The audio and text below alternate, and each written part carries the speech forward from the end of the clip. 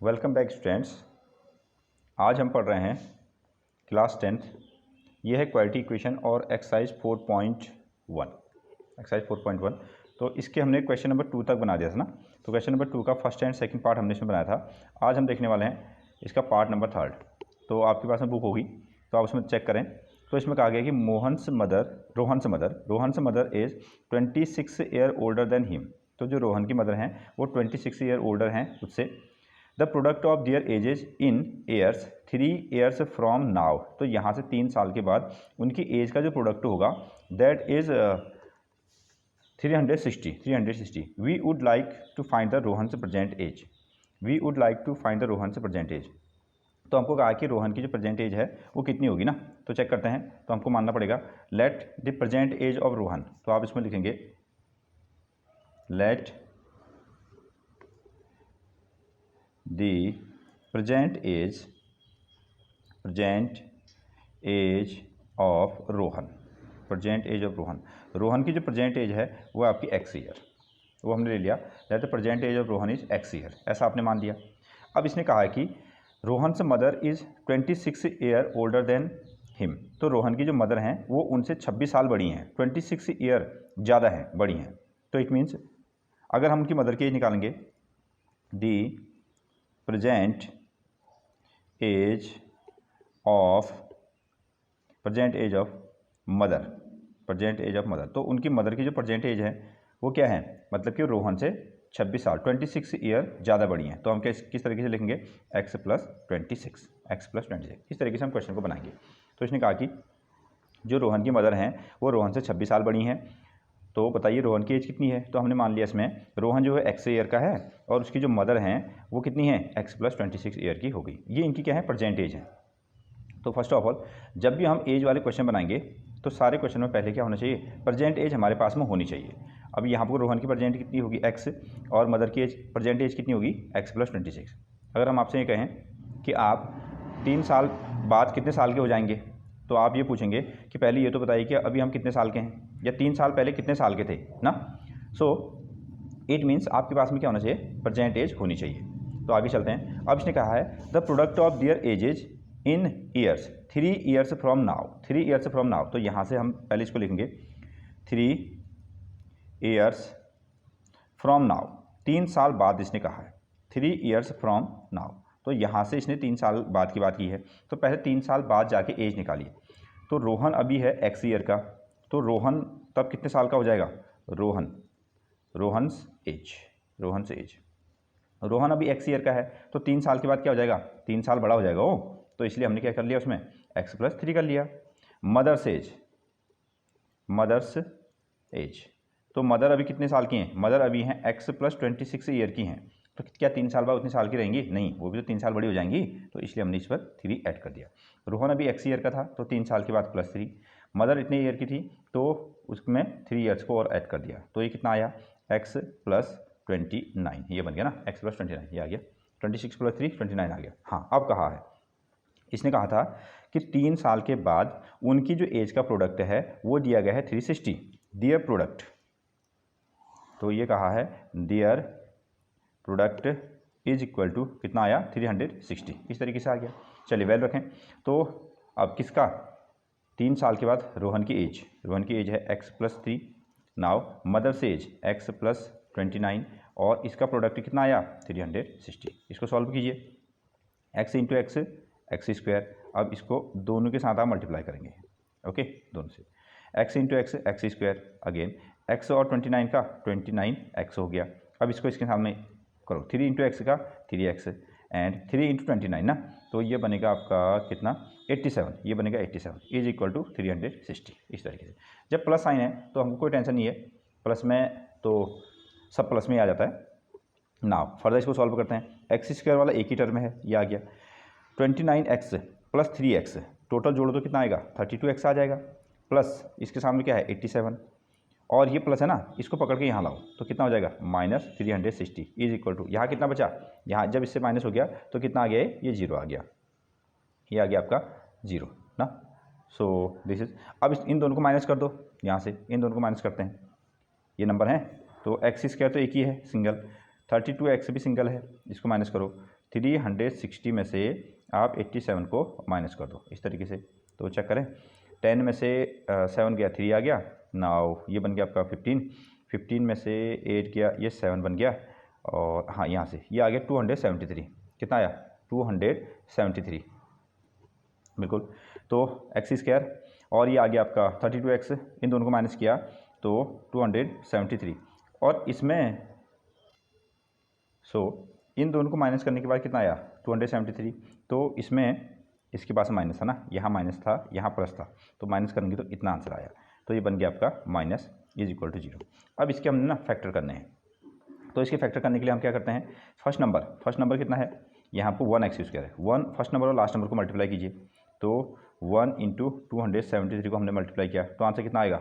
Answer आपका 273 ही आएगा। First number और लास्ट नंबर को मल्टीप्लाई करो, और अब इसके क्या कर दो? फैक्टर कर दो, इसके फैक्टर कर दो। तो किससे डिवाइड होगा ये? 3 7 12, हाँ ये 3 से डिवाइड हो जाएगा। तो 3 9 जा, 3 1 जा, अगेन अभी 3 से डिवाइड नहीं होगा ना क्योंकि 10 आ रहा है, तो आई थिंक 7 से जाता है ना। 7 1 जा 7, 2 का 21 हो गया, 7 3 जा इतना आ गया, और 13 से जाएगा। हाँ इसके फैक्टर बन गए, इसके फैक्टर बने हैं, एक बना है 3, एक बना है 7, एक बना है 13, और एक क्या बना है? 1 बना है। तो इन 4 फैक्टरों को मिलाकर ना आप 2 फैक्टर बनाने हैं। इन नंबरों को आप किसी भी तरीके से मल्टीप्लाई करेंगे तो आंसर से तो 273 आएगा, यानी कि फर्स्ट नंबर और लास्ट नंबर के मल्टीपल के बराबर ही आने वाला है। अब 2 नंबर बनाइए इसमें से, जिसको हम या तो ऐड करें और या तो हम सब्ट्रैक्ट करें, तो आंसर कितना आना चाहिए? 32 आना चाहिए, 32 आना चाहिए। तो देखिए एक नंबर हमने ले लिया 7 2 जा, 7 3 जा कितना हो जाएगा? 7 3 जा 21 हुआ। मान लो हमने इन 2 नंबर को ले लिया, ये आ गया तुम्हारा 7 3 जा 21, और 13 1 जा 13। अगर हम इसको जोड़ते हैं तो ये तो 34 बन जाता है, 32 के बराबर नहीं आता ना। तो ऐसे चलें, ऐसा कर लें, 13 3 जा ऐसा बना लो, एक नंबर बना लो तुम, 13 इंटू 3 बना लो, कितना आएगा? 39, और एक बना दो 7 1 जा 7। तो इन दोनों को माइनस कर दो, 32। हाँ ये हमारे आंसर है, या तो ऐड करो या तो सब्ट्रैक्ट करो, उस तरीके से बन जाए। तो इट मीन्स हमको 32 चाहिए प्लस में, तो हमको इसको प्लस देना पड़ेगा, इसको माइनस देना पड़ेगा। इसके सामने एक्स लगाया ना, तो यहाँ एक्स लगा दिया, यहाँ भी एक्स लगा दिया, यहाँ भी एक्स लगा दिया। तो अब हम क्या करने वाले हैं? असल में हम ये करने वाले हैं कि जो 32x है, जो 32x है ना, उसको हम 39 माइनस 7x लिखने जा रहे हैं। तो इधर आते हैं, ये हो गया आपका 1x स्क्वायर प्लस 39x, साथ में है 7x, ये आ गया माइनस 273 इज इक्वल टू 0, ये बना। अगेन अब इन दोनों में से एक कॉमन लेना है, इन दोनों में से एक कॉमन लेना है। इसमें से आ गया आपका x कॉमन, तो ये बना आपका x प्लस 39, और यहाँ से कॉमन ले लो 7, और माइनस कॉमन ले लिया, माइनस आ गया, 7 कॉमन ले लिया, तो ये भी कितना आएगा? 39 ही आएगा। हाँ क्योंकि हमको ये दोनों फैक्टर कैसे लाने होते हैं? सेम सेम लाने होते हैं। अब पूरे क्वेश्चन में ये और ये कॉमन है, तो x प्लस कितना आया? 39 बाहर आ गया, और ये कितना आया? x माइनस 7 ही आ गया, is equal to 0। Okay now दोनों को 0 डिस्ट्रीब्यूट कर दो, x plus 39 is equal to 0, x minus 7 is equal to कितना? 0। तो x इज इक्वल टू, ये प्लस है इधर ले जाओ तो माइनस 39 ये आ गया, और x इज इक्वल टू, ये माइनस है इधर ले जाओ तो ये आ गया आपका प्लस 7। तो एज ना नेगेटिव तो हो नहीं सकती, एज नेगेटिव नहीं हो सकती, तो हम इसको नहीं लेंगे, हम क्या लेंगे? इसको लेंगे। तो रोहन अभी प्रेजेंट में कितने एज का है? रोहन है 7 ईयर का। तो रोहन कितने एज का है? 7 ईयर का है। तो हम यहाँ पर लिख देंगे प्रेजेंट एज ऑफ रोहन ना, ऐसा आप लिख सकते हैं, age of Rohan, age of Rohan is equal to x is equal to 7 years, वो 7 साल का है।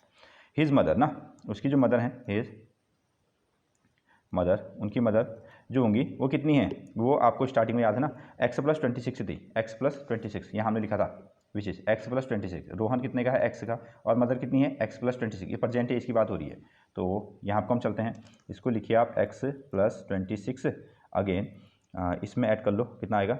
7 प्लस 26 इज इक्वल टू कितना आएगा? इसको जोड़ दो, हाँ ये आएगा आपका 33 ईयर। तो मदर कितनी है? 33 ईयर की हैं, और रोहन कितने ईयर का है? 7 ईयर का है। तो इस तरीके से हम एज वाले क्वेश्चन को बनाएंगे। तो जब भी हम एज वाले क्वेश्चन को बनाएंगे ना, तो सबसे पहले हमारे पास है प्रेजेंट एज होनी चाहिए, प्रेजेंट एज होनी चाहिए, और प्रेजेंट एज में अगर वो आगे जाओ कहेगा तो हम उसमें ऐड करेंगे, अगर वो पीछे जाने के लिए कहेगा तो हम उसमें क्या करेंगे? सब्ट्रैक्ट करेंगे। उसके बाद इस क्वेश्चन को कैलकुलेट किया जाएगा। तो बहुत बारे क्वेश्चन आए भी हैं डायरेक्टली, आजकल CBSE है या कोई भी बोर्ड है, तो उसमें डायरेक्टली NCERT को बेस करके क्वेश्चन बना दिए जाते हैं। अब हमारा नेक्स्ट क्वेश्चन है, इसका 4th पार्ट है। ये कह रहा है कि अ train travels at a distance of 480 kilometre at a uniform speed. तो एक जो ट्रेन है वो क्या कर रही ना, अ train travels at a distance of 480 kilometre at a uniform speed. Uniform speed से वो चलती है और 480 किलोमीटर डिस्टेंस को ट्रेवल करती है। ओके, अब जो ट्रेन है या गाड़ी है वो हमेशा एक ही स्पीड से तो नहीं चलती है, तो इसमें कहा गया है if the speed has been 4 kilometre per hour less. अगर हम स्पीड को कम कर दें, अगर हम स्पीड को कम कर दें तो जाहिर सी बात है टाइम ज़्यादा लगेगा।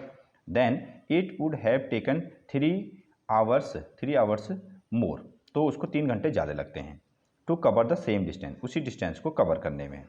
नाउ ये कह रहा है कि we need to find the speed of the train. तो हमको क्या करना है, एक ट्रेन की स्पीड निकालनी है। तो यहाँ हमको 3 चीज़ें देनी होंगी ना, तो इस क्वेश्चन को बनाने के लिए हमको स्पीड वाला फॉर्मूला लिखना पड़ेगा। तो आपने सीखा है ना, क्लास 9 में आपने सीखा है। तो ये है आपका स्पीड इज इक्वल टू क्या होता है, डिस्टेंस अपॉन टाइम। ये हमारे पास में फॉर्मूला है, speed is equal to distance upon time. अब कहानी देखिए, कहानी में यह है कि एक ट्रेन इस पॉइंट से शुरू होती है और इस पॉइंट तक जाती है। नाउ ये पॉइंट है ए, ये पॉइंट क्या हो गया बी, और इसमें कहा गया train travel at a distance of 480 kilometre. तो थोड़ी देर के लिए हम मान लेते हैं ये जो पूरी डिस्टेंस है ना 480 किलोमीटर है, 480 किलोमीटर की ये डिस्टेंस है। यहाँ से जब ये यहाँ जाएगा तो इसकी कुछ स्पीड होगी, वो हमको पता नहीं है, इसमें कहीं पर कोई जिक्र नहीं किया गया है। यहाँ से लेकर यहाँ तक वो जब जाएगा तो उसको कुछ ना कुछ टाइम तो लगेगा, कुछ ना कुछ टाइम इसको लगने वाला है। तो टाइम भी हमारे पास में नहीं है पहली सिचुएशन में। तो हम देखते हैं, तो स्पीड नहीं है तो हमको मान लेना पड़ेगा। तो हम यहाँ से लेते हैं let the speed of train, जो ट्रेन की जो स्पीड है उसको हमने मान दिया x किलोमीटर पर आवर। ये आ गया। डिस्टेंस कितनी जानी है 480 किलोमीटर, स्पीड कितनी है x मान दिया, टाइम भी बतानी है। हमने कहा let the time taken is equal to कितना टी आवर, हमने कह दिया इसको टी आवर। एक ट्रेन जो है वो 480 किलोमीटर जाती है, एक्स की स्पीड से जाती है, टी टाइम उसको लगता है ना, टी आवर उसको लगता है, क्योंकि ये दोनों हमारे पास थे नहीं इसलिए हमने इसको मान दिया। ओके, अब चलते हैं, अब जाके इस फॉर्मूले में रखते हैं। तो देखिए इस फॉर्मूले में speed is equal to distance upon time, speed is equal to distance upon time. So the speed of train, तो ट्रेन की जो स्पीड है वो है x किलोमीटर पर आवर और टाइम कितना हो गया है टी आवर हो गया है।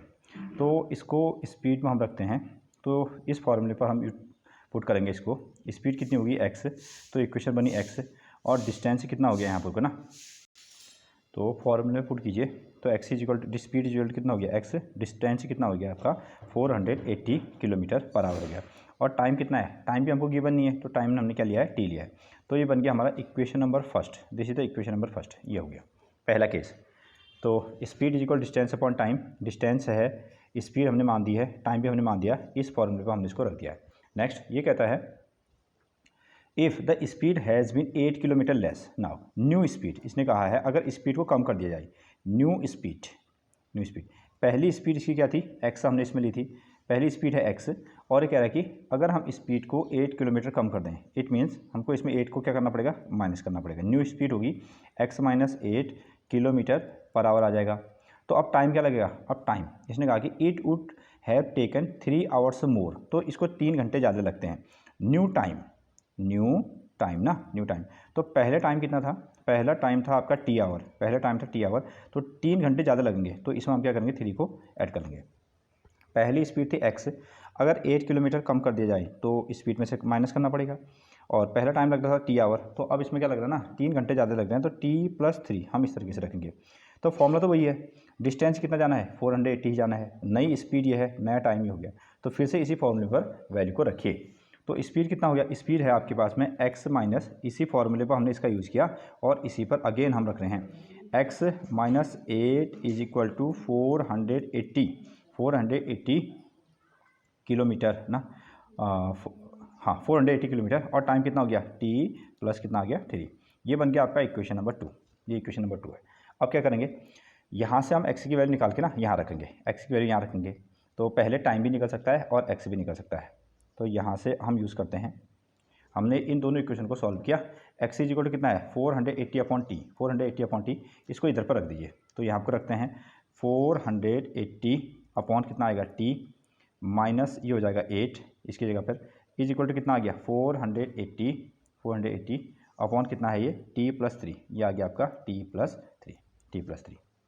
नाउ जो सेम नंबर है उनको एक साइड रख लेते हैं। जैसे हम इसको इधर लेके आ गए तो 480 अपॉन कितना है t, ये प्लस में है, इधर आएगा तो माइनस 480 अपॉन कितना t+3, ये आ गया इज इक्वल टू, ये -8 था ना, तो यहाँ आके कितना हो जाएगा, ये हो जाएगा आपको। तो इसको हम इधर लेके आ गए, ये प्लस था तो ये माइनस हो गया, ये माइनस था तो इधर चला गया, ये कितना आ गया आपका 8, इस तरीके से। नाउ और फर्दर हम इसको सॉल्व कर सकते हैं। ये आ गया 480 दोनों में कॉमन दिख रहा है ना, तो 480 को हमने कॉमन ले लिया, यहाँ से चला तो क्या, तो कितना बचा 1/t, बीच में कितना है माइनस साइन, ये 480 चला गया तो कितना बचा 1/t+3, ये बचेगा। और इसको ब्रैकेट लगा दो क्लोज, इज इक्वल टू कितना लिख दो 8, ये बन गया आपका 8। अब इसको हमको सॉल्व करना पड़ेगा, ये दो फ्रैक्शन है, इन फ्रैक्शन को सॉल्व करने के लिए हमको क्या करना पड़ेगा, अगेन एलसीएम यहाँ आपको लेना पड़ेगा।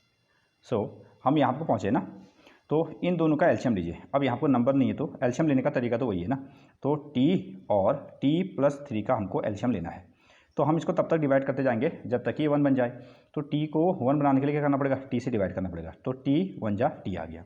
अगेन ये तो डिवाइड नहीं हुआ, ये दोनों एक साथ मिक्स है, ना, तो t+3 एक पूरा नंबर है, तो t+3 को 1 करने के लिए हमको क्या करना पड़ेगा, t+3 से ही डिवाइड करना पड़ेगा।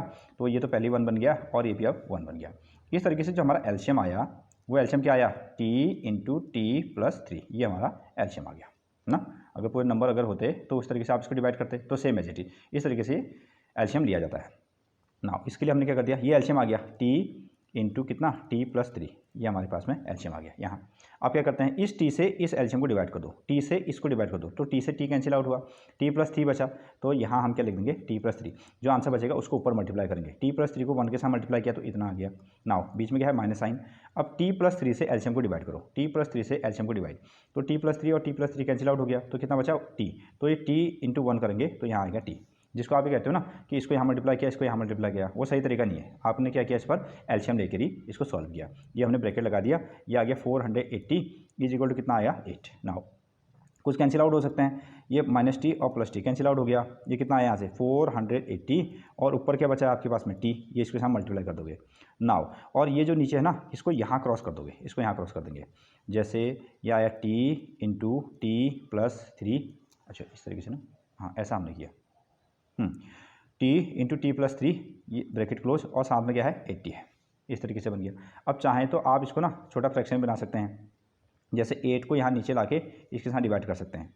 अब इन सबको आपस में मल्टीप्लाई करेंगे, t और t का कितना हो जाएगा t², t और 3 का कितना हो जाएगा 3t, इस तरीके से बन जाएगा। और सिंप्लीफाई करने के लिए ना 8 से हम इसको डायरेक्टली काट सकते हैं, इसको नीचे लाए फिर डिवाइड कर दिया, तो 8 से इसको डिवाइड करो, तो 8 6 जा 48, इसके साथ में आ गया 0, 60 बन गया ना। अब यहाँ क्या है 60 और 3 है, 60 और 3 कितना हो जाएगा 0, 180, ये बनेगा आपका 180 ना, इस तरीके से। अब एक इक्वेशन बना देते हैं इसको 180, इसको इधर ले आओ, जैसे यहाँ हमारे पास में पहले क्या है t², फिर क्या है 3t, और इसको इधर लाओगे ना तो कितना आएगा, ये प्लस है तो यहाँ के माइनस 180, और अब कितना बचा 0, इस तरीके से हम इसको लिखते हैं। अब फिर वहीं पर हम पहुँच गए ना, ये हमारे पास एक क्वाड्रेटिक इक्वेशन बनी है, और क्वाड्रेटिक इक्वेशन सॉल्व करने का मेथड क्या है, आप उसको फैक्टराइजेशन करेंगे। तो कितने t² है 1, तो 1 और 180 को मल्टीप्लाई कर दो, आंसर कितना आया 180। अब इसके फैक्टर करो, 2 से डिवाइड करो 90, 2 से डिवाइड कर दो 45, 3 से डिवाइड कर दो 15 ना, और 3 से डिवाइड कर दो 5, और 5 से डिवाइड कर दो 1, इस तरीके से ये हमारा डिवाइड हुआ। तो इन सभी नंबरों को लेके ना आप 2 नंबर बनाओ। तो चलिए शुरू करते हैं, बीच में कितना आना चाहिए t, मल्टीप्लाई करेंगे वो तो 180 आएगा, उसमें नो डाउट ना। तो इसमें देखते हैं 2 2 जा 4, 4 3 जा 12, एक नंबर बन गया आपका 12, ये वाला नंबर बन गया 12, 5 1 जा 5 × 3 कितना आ गया 15, एक नंबर आ गया 15, ये आया। तो इन नंबरों को लेके हमने बना दिया ना, 15 में से 12 माइनस करोगे तो कितना आएगा 3 आ जाएगा। तो हमको चाहिए +3, और साइन क्या देना पड़ेगा, इसको प्लस इसको माइनस देना पड़ेगा, और सामने t है ना तो यहाँ t चिपका दो इस तरीके से, दिस वन। तो इट मीन्स ये जो हमने किया है ये सारा काम किसके लिए था, +3t को लिखने का। तो +3t को क्या लिखा जा रहा है 15t - 12t, तो इसको लिखा जा रहा है t², और साथ में ये आएगा आपका 15t - 12t - 180 is equal to 0। अब इन दोनों में एक कॉमन लो, इन दोनों में एक कॉमन लो ना, तो t कॉमन लिया तो ये आ गया t + 15, ये आ गया, -12 कॉमन लिया ना, -12 कॉमन ले लिया, तो अगेन ये भी कितना आएगा t + 15 आएगा इज इक्वल टू 0। इसको वापस मल्टीप्लाई करोगे तो इतना ही आएगा, -12 × t का -12t, माइनस और प्लस का -12 × 15 का 180। अब पूरे क्वेश्चन में ये कॉमन है, t + 15 ये आया और ये चला गया, तो कितना बचा यहाँ से t, यहाँ से कितना आ गया 12 इज इक्वल टू 0। अब दोनों को 0 डिस्ट्रीब्यूट कर दो, तो t + 15 is equal to 0 and t - 12 is equal to 0। Again t is equal to कितना आया -15, टाइम तो नेगेटिव में नहीं होगा, तो t इज इक्वल टू कितना आएगा, ये आएगा आपका +12, ये कितना आया +12। तो टाइम कितना मिला, टाइम मिल गया 12 घंटा। तो दो चीज़ें हमने से फाइंड की थी ना, दो चीज़ें हमने से फाइंड की थी कि हमको टाइम निकालना था यहाँ। अब हम किसी भी इक्वेशन का यूज़ कर लेंगे, तो हम इसमें पहली इक्वेशन का यूज़ करते हैं। पहली इक्वेशन क्या थी, x is equal to 480/t, x क्या है, स्पीड है ना। So using equation number first, ये इक्वेशन को याद रखेंगे 480/t ना। सो यहाँ हमने लिखा इस पर which is using equation number first ना। तो x इज इक्वल टू कितना था, 480/t था और t हमने निकाला है 480/t की वैल्यू कितनी है 12, 12 से इसको डिवाइड कर दो ना, 12 से हमने इसको डिवाइड किया तो कितनी बार, 4 बार, तो कितना हो गया 40। तो x इज इक्वल टू कितना आ गया 40 km/h। जो ट्रेन थी ना उसकी स्पीड कितनी रही होगी, उसकी स्पीड 40 km/h की रही होगी। तो ये हमारा क्वेश्चन नंबर 2 यहाँ आपको ख़त्म होता है। हाँ, अब अगले एक्सरसाइज के लिए मिलेंगे हम अगले वीडियो में। अगर आपको आपको वीडियो अच्छी लग रही है तो आप इसको लाइक करें, शेयर करें, कमेंट करें और पढ़ते रहिए। तब तक के लिए थैंक यू।